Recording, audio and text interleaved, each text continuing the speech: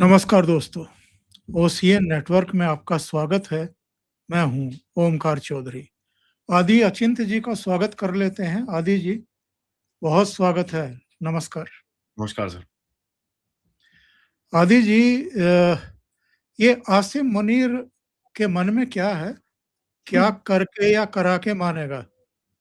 क्योंकि जिस तरह की मीटिंग-सीटिंग वो कर रहा है, जिस तरह की तैयारियाँ कर रहा है, उससे एक मैसेज ये जा रहा है, परसेप्शन ये बन रहा है कि वो भारत से उलझना चाहता है, पंगा लेना चाहता है और इसकी कई वजहें हैं।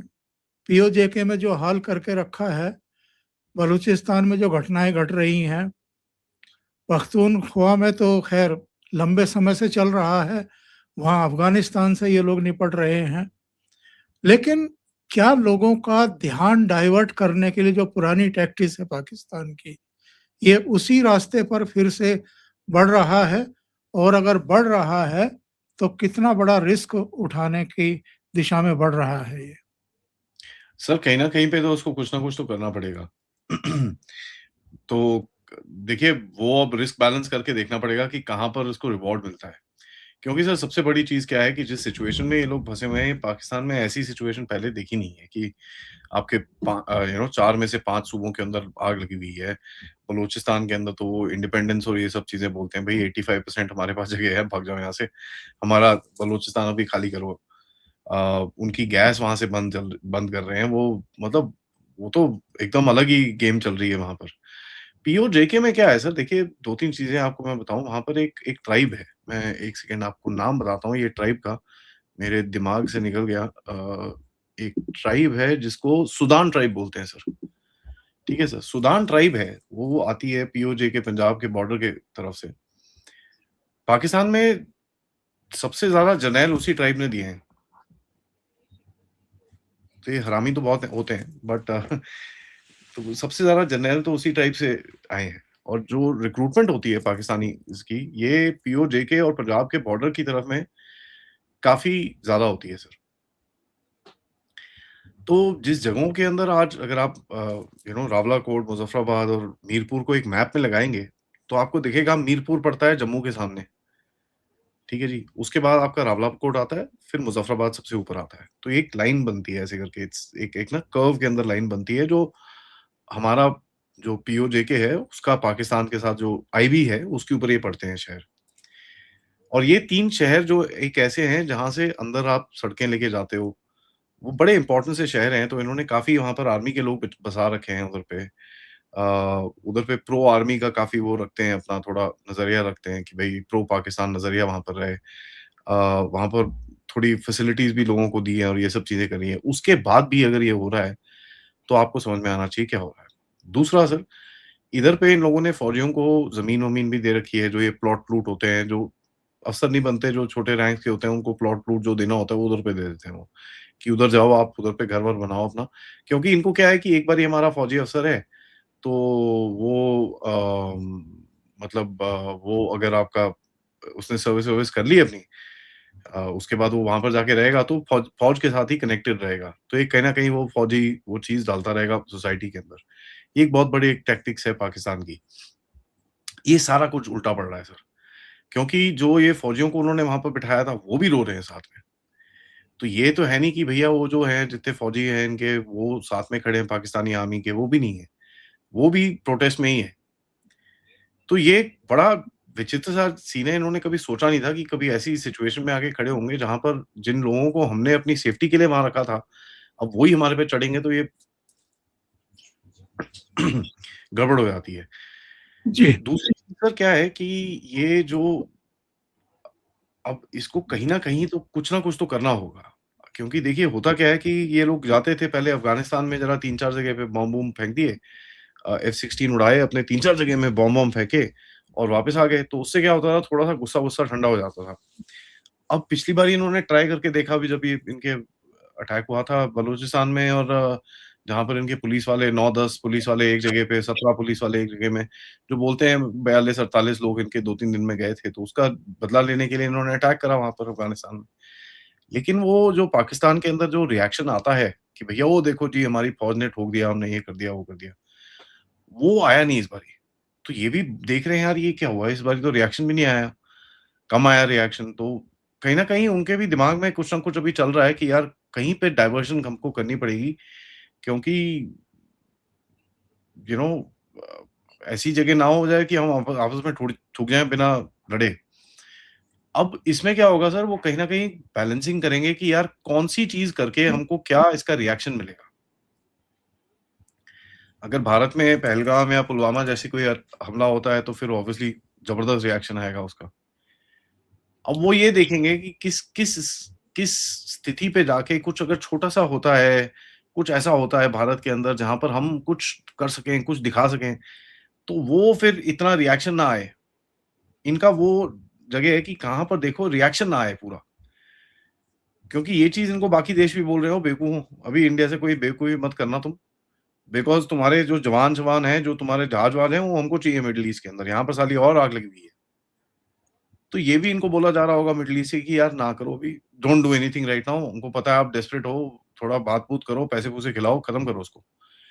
तो ये बात करने भी काफ़ी कोशिश कर रहे हैं पीओजे के लीडर्स से कि साहब अच्छा ठंडे हो जाओ, हम पैसे दे देते हैं, ये करते हैं। हुआ क्या है सर, इस बारी पीओजेके की जो लीडरशिप है नॉर्मली वो पैसे-वैसे लेके ठंडे हो जाते हैं।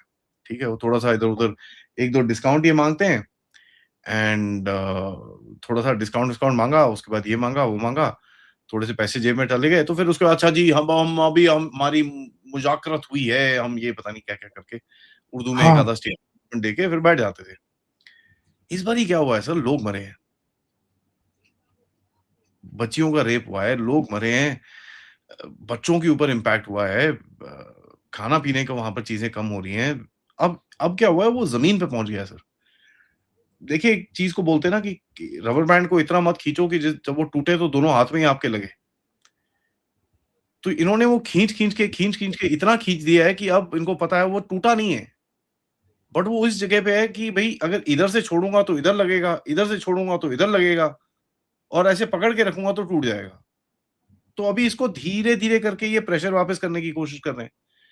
बट प्रेशर वापस करना भी बड़ा मुश्किल है क्योंकि ये जो हाथ अंदर आने चाहिए प्रेशर वापस के लिए, वो भी रोक रखे हैं। तो इनके पास ऑप्शंस बड़े कम हैं सर। तो बड़ा डेंजरस सा टाइम है। अब एक उनका हारिस अली करके एक टेररिस्ट है, उसने बोला कि भई 2026 में पक्का भारत पे हमला होगा, ये होगा। तो उसने ऑलरेडी एक टेररिस्ट है, उसने तो बोल ही दिया है। अब देखते हैं सर।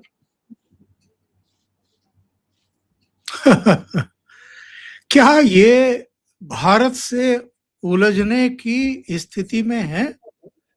हिम्मत है इतनी? क्योंकि ऑपरेशन सिंदूर की यादें ये चाहे सार्वजनिक तौर पर दुनिया भर में वॉशिंगटन में बैठ कर के चाहे जो कहते रहें, लेकिन इनको पता है ना कि ठीक से पिटाई हुई थी। सर पता सबको है, लेकिन आपने पब्लिक को नहीं बेचा ना वो। जैसे हमको तो पता है कि भई 1962 में हमारे साथ क्या हुआ था। ऑपरेशन पवन में श्रीलंका में हमारे साथ क्या हुआ था, हमको बड़ा क्लियरली पता है। हमारे सैनिक जब श्रीलंका गए थे, वहाँ पर कटे वो बुरी तरह से। गलती थी वो। प्लानिंग की गलती थी, लीडरशिप की गलती थी। वहाँ पर जाना ही नहीं चाहिए था हमको। भेजना ही गलत था। ठीक है जी। तो हमको पता है कि गलती थी और उसमें हमारा बहुत लॉस हुआ है। उसके अंदर लोगों ने सीखा भी काफ़ी है, क्योंकि वहाँ से बाहर निकले और सीधा कश्मीर गए लोग। तो इन लोगों को पता था कि अच्छा भई बिल्ट अप एरियाज़ के अंदर कैसे लड़ाई करनी है, पॉपुलेशन के साथ कैसे लड़ाई करनी है, ये कैसे करना है आपको। तो वहाँ से थोड़ी सीख-सूख भी मिली थी। इन्होंने बताया नहीं है सर लोगों को। तो अभी अगर बताएँगे लोगों को कि यार हम लड़ नहीं सकते क्योंकि हम ठुके हैं बड़ी बुरी तरह से, ये भारत मारेगा बहुत हमको, तो पंगे हो जाएँगे, तो आपकी औकात उतरेगी।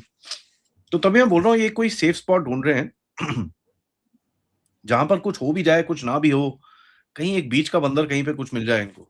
ऐसा कुछ है नहीं, क्योंकि लड़ाई-लड़ाई होती है, लड़ाई नहीं होती, लड़ाई नहीं होती, सिंपल।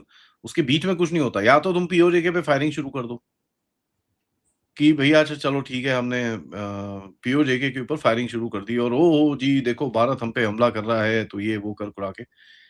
या तो कुछ ऐसा शुरू होगा जो पहले अभी जो सीज़ फायर चल रही है वो बंद हो जाएगी और पीओजे पे फिर से वो धमाल-धुमूल होता है जो एलओसी है उसके ऊपर जो बमबारी होती थी पहले ज़माने में वो फिर से शुरू हो जाएगी। ये एक चीज़ सेफ है उनके लिए, कर सकते हैं। इनको ज़्यादा उसके अंदर फ्रंटल और ये सब चीज़ें नहीं करनी। दूसरा सर, एक जो जब आप युद्ध में जाते हैं तो एक कॉस्ट होता है उस युद्ध का। वो युद्ध का कॉस्ट आप लेके चलते हो कि यार इतना मेरे को डैमेज होगा। क्योंकि दूसरा भी तो शांत नहीं बैठेगा ना सर, दूसरा भी तो कुछ करेगा। तो वो जो एक कॉस्ट ऑफ डैमेज होता है, वो कितना और लेना है इन्होंने, वो देखना है। क्योंकि सर देखिए इनकी आइडियोलॉजी क्या है? इनकी आइडियोलॉजी वही है ईरान की तरह। आप ईरान को देखो, मार-मार के उनका भुर्ता बना रखा है। ठीक है? बट फिर भी कहते हैं हम जीत रहे हैं। वही, आप जीत नहीं रहे लेकिन आप हारे भी नहीं हो, वो मैं मानता हूँ। पर अगर आप कहते हैं कि आपने अमेरिका को हरा दिया और भगा दिया, नहीं। तो इनमें क्या है सर, वो बड़ी किताब में लिखा है ना कि अगर एक भी बचे तो जीत होगी आपकी। तो वो जीत तो ये दिखा देंगे, वो प्रॉब्लम नहीं है। अब इनको ये देख देख रहे होंगे कि यार अगला हो क्या सकता है? क्या रिएक्शन आ सकता है? किसी एक छोटे एक्शन के ऊपर क्या रिएक्शन आ सकता है? अगर हम सर क्रीक के अंदर कुछ करते हैं, तो क्या भारत पूरा फ्रंट खोलेगा कि वहीं पे लड़ेगा? जिस तरह से कारगिल में किया था। अगर ऐसा कुछ करते हैं सर क्रीक और किसी और जगह के अंदर, क्या भारत पूरी तरह लड़ेगा कि वहीं पर ही रखेगा? तो ये अभी वो मेरे ख्याल से थोड़ी-सी बोलते हैं ना कैलकुलेशन करके देखेंगे कि किस तरह से क्या कर सकते हैं हम लोग। क्योंकि इसको ये प्रेशर कहीं न कहीं से भगा हटाना होगा सर, उसके बिना ये रह नहीं पाएगा। ये जो प्रेशर इसने अपने ऊपर डाला है, इसको रिलीव करने के बिना इसके पास कोई ऑप्शन नहीं है।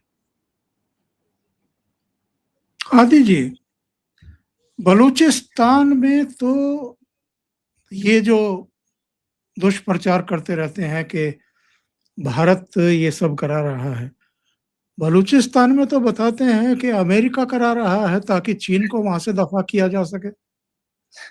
सर इसका कोई भरोसा नहीं है। कभी बोलते हैं कतर करा रहा है, कभी बोलते हैं यूएई करा रहा है, कभी बोलता है इंडिया करा रहा है, कभी बोलते हैं अमेरिका करा रहा है। देखिए सर, ओवरऑल मैं आपको बताऊँ, अमेरिका का कहीं न कहीं एक एक अ, एक अगर इंटरेस्ट रहेगा, आई मीन मैं शब्द ढूँढ रहा था, एक एक अगर इंटरेस्ट क्या रहेगा कि चाइना जो है पाकिस्तान के अंदर उसकी मात लगे, उसके अंदर कोई डाउट नहीं है। एंड मैं आपको ये भी बता दूँ, पाकिस्तानी इतने ये जर्नैल-वर्नैल इतने पागल हैं, ये लोग मान भी जाएँगे, हाँ जी, नो प्रॉब्लम। अब 2-3 चीज़ें मैं इसके बारे में, आपने ये चाइना का एंगल पूछ ही लिया है, तो मैं बता देता हूँ, बट बलूचिस्तान से थोड़ा-सा बाहर निकल के बताता हूँ, थोड़ा कनेक्ट कर पाएँगे। सर बलूचिस्तान ही चाइना का जो इंटरेस्ट है वो बलूचिस्तान में ही नहीं है, वो और भी जगहों के अंदर है। एक रेलवे लाइन जाती है सर, कराची से रोहरी होते हुए, कराची से अगर आप नॉर्थ की तरफ जाओगे सिंध में, तो एक जगह आती है रोहरी, करीब 500 किलोमीटर है वहाँ से। रोहरी एक ऐसी जगह है सर जहाँ पर रेलवे लाइन बाइफरकेट करती है।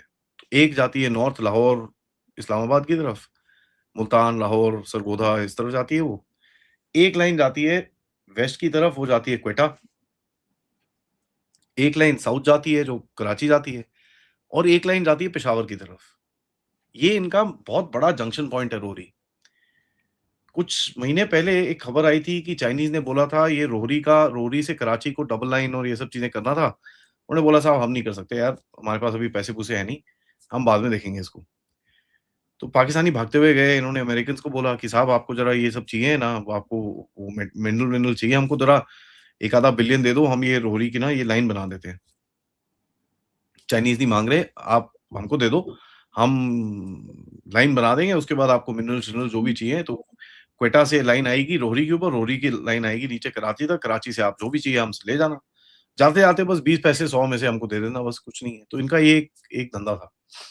बाकी सब कुछ हम करेंगे, यस सर, यस सर। अब हुआ क्या है सर, ये जो रोहरी तक लाइन है, ये एक्चुअली जानी थी कराची से पेशावर तक। इसको ML1 प्रोजेक्ट बोलते हैं। चाइनीज़ ने मना कर दिया, बोला भैया हम नहीं कर रहे ये, और ये मैं आपको बताऊँ सर, सीपीईसी का एक बैकबोन था ये। तो अगर ग्वादर बोलते हैं ना क्राउन ज्वेल था, ये एक और था। अगर ग्वादर किसी का नेकलेस था, तो ये कान के झुमके थे। इतना सही बड़ा है। एक प्रोजेक्ट था, $6-8 बिलियन का। चाइना ने मना कर दिया, साहब मैं नहीं कर सकता, जाओ यहाँ से जो करना है करो, तुम देखो अपने आप। तो ये वापस भागते हुए गए अमेरिकन्स के पास कि भई हमको world bank, Asian development bank कहीं से थोड़े पैसे-वैसे दे दो, हम ये लाइन भी बना देंगे पूरी अपनी, आप ये कर देंगे। अमेरिकन थोड़ी देंगे, अमेरिकन को तो साउथ वाला वो चाहिए, रोरी के उधर वाला चाहिए, ऊपर क्या कोई फ़र्क नहीं पड़ता उनको। एक और प्रोजेक्ट है सर, नीलम झेलम पावर प्रोजेक्ट है। $5 बिलियन का प्रोजेक्ट था सर, 2002-3 में इन्होंने स्टार्ट किया था मेरे ख्याल से, और 2018 में वो कंप्लीट हुआ। वो आपका ये जो किशनगंगा रिवर है, जिसको ये नीलम बोलते हैं, तिथवाल का जो एरिया है, उसके बस तिथवाल से नॉर्थ में ना एक बेंड सा आता है, जब रिवर ऐसे करके आती है, भारत की तरफ से ऐसे आती है और ऐसे होते हुए ऊपर घूमती है, फिर ऐसे करके नीचे आती है मुज़फ्फराबाद की तरफ। ठीक है जी? सो तिथवाल के बेंड के ऊपर इन्होंने एक डैम बनाया एंड वहाँ पर मतलब डैम-शैम बनाया और एक टनल बनाया कि भई ऐसे कहाँ घूम के जाएगी, हम यहाँ से सीधा मुज़फ्फरनगर पानी भेज देते हैं। तो कोई 28 या 29 किलोमीटर का डैम है वहाँ पर एक। अब हुआ ऐसा कि सर, ये जितने लोग थे जो ऐसे वो बेंड पे थे, आप देखते हैं ना पहाड़ों में सर ज़्यादातर पानी के साथ में रहते हैं लोग, वो सारे सूख गए, यहाँ से डैम इधर जा रहा था। अब वो डैम टूट गया है। डैम क्या, उसका जो टनल था वो टूट गया पूरा, ठीक है? और 969 मेगावाट्स का इनका पावर प्रोजेक्ट था वहाँ पर। वो भी गया, टनल भी गया, $5 बिलियन कचरे के डिब्बे के अंदर है इस टाइम पे। और बोला ये जा रहा है अभी ये स 26 है कि अगर आज काम शुरू करें तो 28 में जाके खत्म होगा वो। इतना बड़ा डैमेज है। तो चाइना वैसे भी सर इस समय पर चाइना को दिख रहा है ये कि कर क्या रहे हैं ये साले, फिर जाके अमेरिका में ब बैठ गए हैं। तो चाइना कहीं न कहीं थोड़ा पीछे नहीं हटेगा, क्योंकि वो नाक कटेगी बहुत बुरी तरह से, बट वो आगे भी नहीं आएगा। तो ये आपको दिखता है ये होता हुआ। अब अमेरिकन्स के इंटरेस्ट के अंदर है ये कि भई चाइना का जो सीपीईसी है और ये बेल्ट एंड रोड इनिशिएटिव है, ये जितना एक एक जबरदस्त सा फेलियर दिखे और पाकिस्तान में अगर जबरदस्त सा फेलियर दिखे तो क्या पंगा है उसके अंदर। बाकी सर देखिए, जो अमेरिका का एक पुराना प्लान है, क्या है मुझे नहीं पता, वो कर्नल रॉल्फ पीटर्स का एक मैप है, जहाँ उन्होंने रीऑर्गनाइज़ेशन करा है पूरे मिडल ईस्ट का। जहाँ पर ये इज़राइल का थोड़ा एक्सपेंशन है, सऊदी अरेबिया का मैप चेंज है, ईरान का मैप चेंज है, इसका मैप चेंज है, उसका मैप चेंज है, हर देश का वहाँ पर मैप चेंज हुआ है। उसके अंदर बलूचिस्तान अलग दिखाते हैं वो। तो अमेरिकन्स का जो सीआईए है, उनको भी पता है यार बलूच इनका थोड़ा है नहीं। तो ये जितना मर्ज़ी यूज़ करें पाकिस्तान को सर, लेकिन देखिए ऐसा होता है जब आप किसी को यूज़ करते हो किसी चीज़ के लिए, आपको उसकी खुशहाली का तो फ़र्क नहीं पड़ता ना। आपने एक कॉन्ट्रैक्टर को एक कॉन्ट्रैक्ट दिया है कि भैया मैं तेरे को इतने पैसे दूँगा, तू मेरे लिए ये कर देना। उसके बाद मुझे बताइए, आप घर बना रहे हो, आपने कॉन्ट्रैक्टर को दे दिया। उसके बाद वो कॉन्ट्रैक्टर चाहे आधी रात को अपने घर से निकले साइकिल से, पूरी रात साइकिल चला के आपके घर में पहुँचे, ठीक है? शाम को काम खत्म करके फिर जाए, 2 घंटे रात को सोए, फिर साइकिल करके वापस आए, आपको नहीं फ़र्क पड़ता। आप बोलते हो साहब तू कॉन्ट्रैक्टर है, तेरे को मैंने पैसे दिए हैं, तू ये काम कर।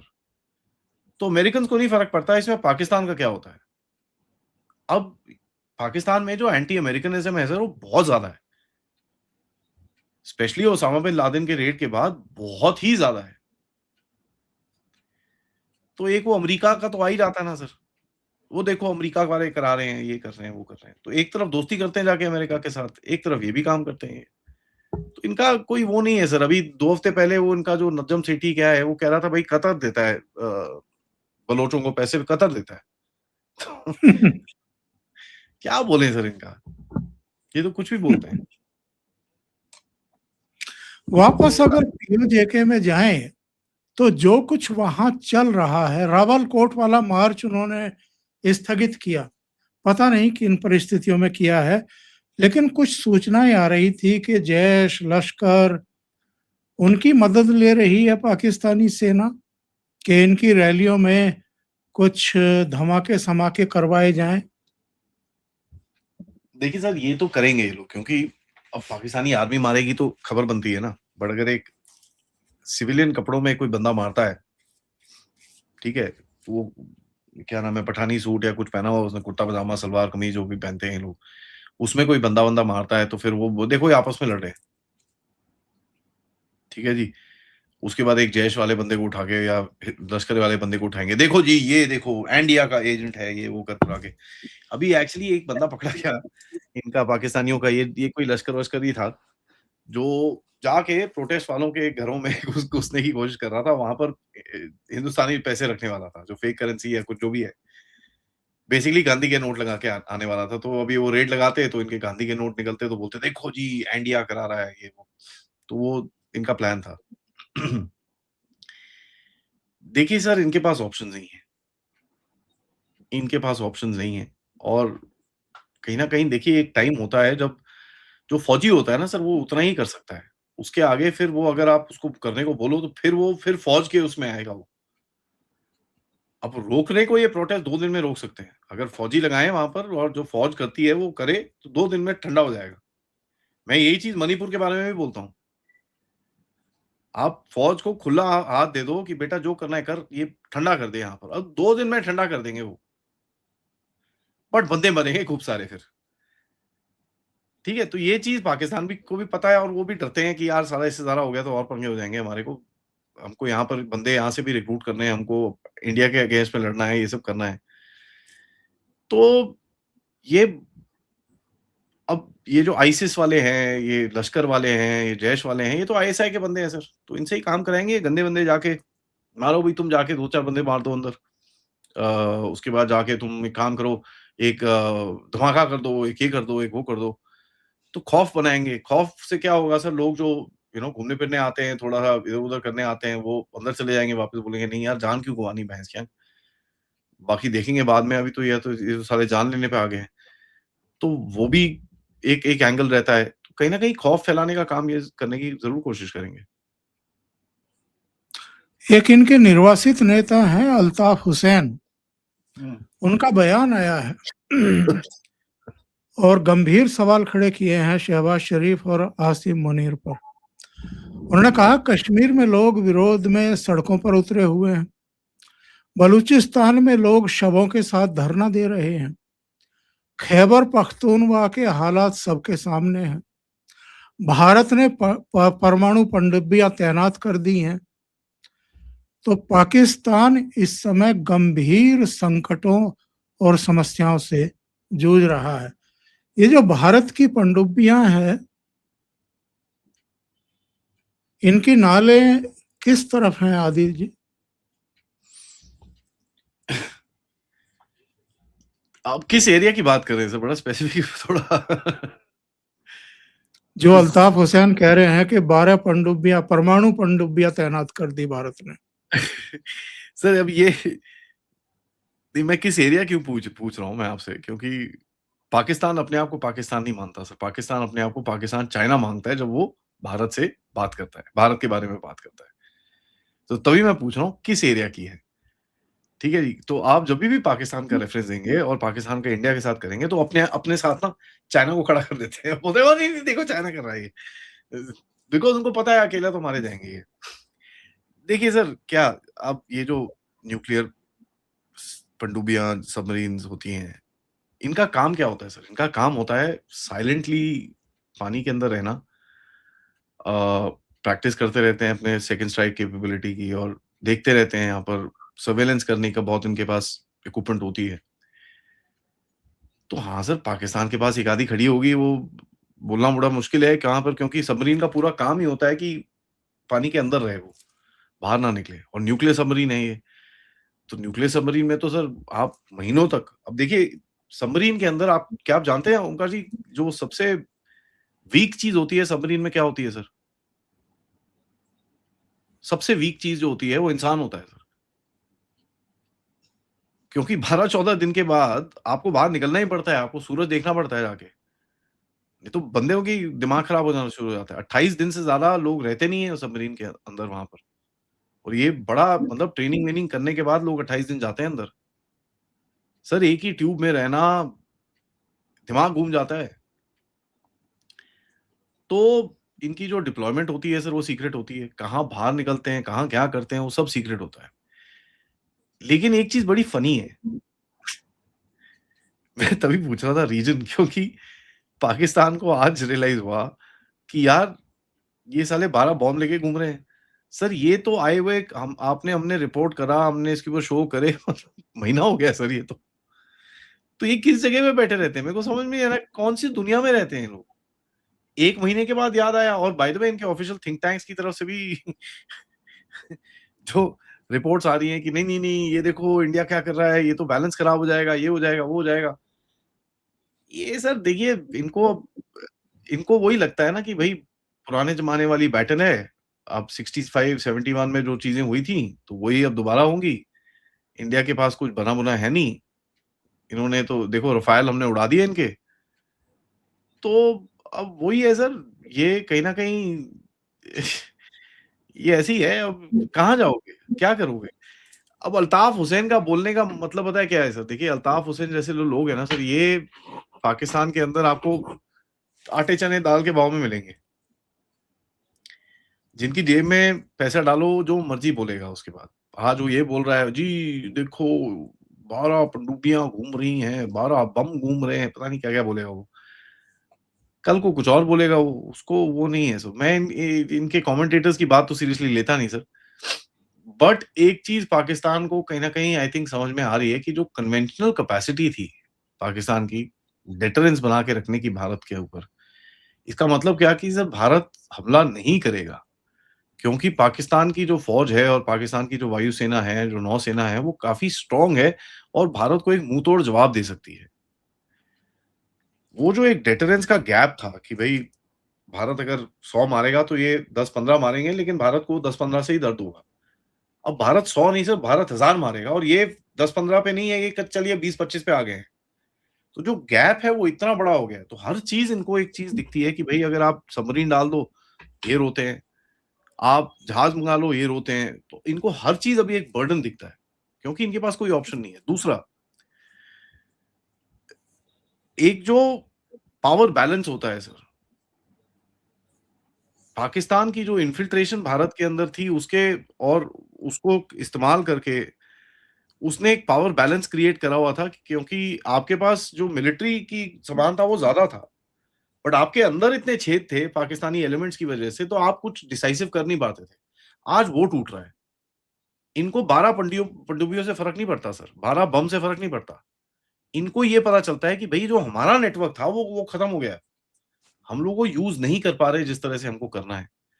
तो आपको यही दिखेगा सर एक किसी को बुलवाएँगे भई, तू ये बोल दे, एक कुछ और बोलेगा, एक कुछ और बोलेगा, एक कुछ और बोलेगा, एक कुछ और बोलेगा। ये एक नैरेटिव क्रिएट करने की बात है, देखो जी भारत ने एटमी असासे हमारे ऊपर पॉइंट करके रखे हैं, अब हम क्या करेंगे? आसिम मुनीर को अब बटन दबाना ही होगा। अब ये भी बोल रहे हैं लोग। तो कई थोड़े सीरियस बातें करते हैं, कई तो बावले हो जाते हैं सर, इनको समझ में नहीं आता बोल क्या रहे हैं। इनका अब क्या बोलें सर? अब अगर इनको लगता है हमको 12 न्यूक्लियर बॉम्ब चाहिए हैं अपने सबमरीन्स के ऊपर रख के पाकिस्तान को थ्रेटन करने के लिए तो फिर सर और क्या बोले इस लोगों को? दिस इज़ नॉट पाकिस्तान, ये आपकी एक जो कैपेसिटी है, एक एक कमांड एंड कंट्रोल सिस्टम है, एक जो आपका मैच्योरिटी है, एक न्यूक्लियर मैच्योरिटी एक की चीज़ होती है कि आप न्यूक्लियर वेपन्स को हैंडल कर सकते हो। ये नहीं कि है लेकिन मैं छू नहीं सकता यार, मुझे खुद को डर लगता है साला कुछ टेढ़ा-मेढ़ा हो गया तो मैं ही फट जाऊँगा। आपके पास पूरी कमांड एंड कंट्रोल कैपेबिलिटी है, जो बड़ी स्ट्रॉन्ग है, डी एन्कोडेड है, आप उसको उसको डिक्रिप्ट नहीं कर सकते, उसको हैक नहीं कर सकते। पूरा जो स्ट्रक्चर है वो बना हुआ है, किस तरह कौन हैंडल करेगा, आपके बेस्ट कमांडर्स उस सबमरीन को हैंडल कर रहे हैं, वो आपको पता है वो कहाँ जा रही है, किस मिशन से जा रही है, क्या कर रहा है। ये एक मैच्योरिटी लेवल बोलते हैं कमांड एंड कंट्रोल सिस्टम की। सही है। आप वो डिस्प्ले कर रहे हो, पाकिस्तान को नहीं, आप दुनिया को डिस्प्ले कर रहे हो। अब पाकिस्तान को ये हमेशा लगता है कि भई इंडिया, पाकिस्तान वही जगह पे फँसा हुआ है, जहाँ पर हम 80s, 90s और 2000s के अंदर थे। हमने वो जगह छोड़ दी है, हम वहाँ पर भी मतलब छोड़ नहीं दी है बट वहाँ पर भी हैं लेकिन हमारा जो गेम है अभी वो बड़ा है। बट ये सर उनको नहीं समझ में आता कि उनको लगता है अभी इंडिया तो अपना ही है, क्या इंडिया? वो जो ग्रोथ पैरिटी है, जो एक एक डिफरेंशिएशन बना है दोनों देशों के बीच में, उनके दिमाग में वो घुसा नहीं है। उनको अंदाजा नहीं है कि 12 पनडुब्बियां अगर तैनात हुई हैं, तो वो किन-किन को संदेश और संकेत देने के लिए तैनात की गई हैं। सर देखिए वो 4000 किलोमीटर से मार सकती हैं, ठीक है? 4 से 5000 किलोमीटर से। तो अगर इनको लगता है कि अरेबियन सी में घूम रही हैं वो, तो पागल हैं ये सारे। अगर मुझे पाकिस्तान को सेकंड स्ट्राइक करनी है, मैं बे ऑफ बंगाल से अपनी मिसाइल चलाऊंगा, वो पूरा भारत पूरा ऊपर उड़ते हुए जाएगी और टक करके पाकिस्तान में किसी भी कोने में लगेगी। वो अफ्रीका को उससे फायर कर सकती है, सीधा पाकिस्तान को जाके लगेगी। तो इनके पास कोई कैपेबिलिटी ही नहीं है उसको ट्रैक करने की। ये अपने पानी से 100-150 किलोमीटर दूर नहीं देख सकते सर, बाकी तो छोड़ दो।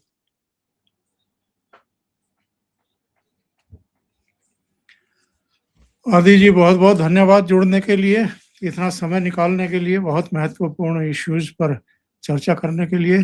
और दर्शकों से निवेदन है, आपको ये चर्चा अच्छी लगी हो तो लाइक का बटन दबा दें, वीडियो को शेयर करें, और अभी तक चैनल सब्सक्राइब ना किया हो तो सब्सक्राइब कर लें। आदि जी का चैनल है डेफ टॉक्स बाय आदि, उनको भी सहयोग करें और सब्सक्राइब करें। Thank you so much. नमस्कार। नमस्कार। जय हिंद।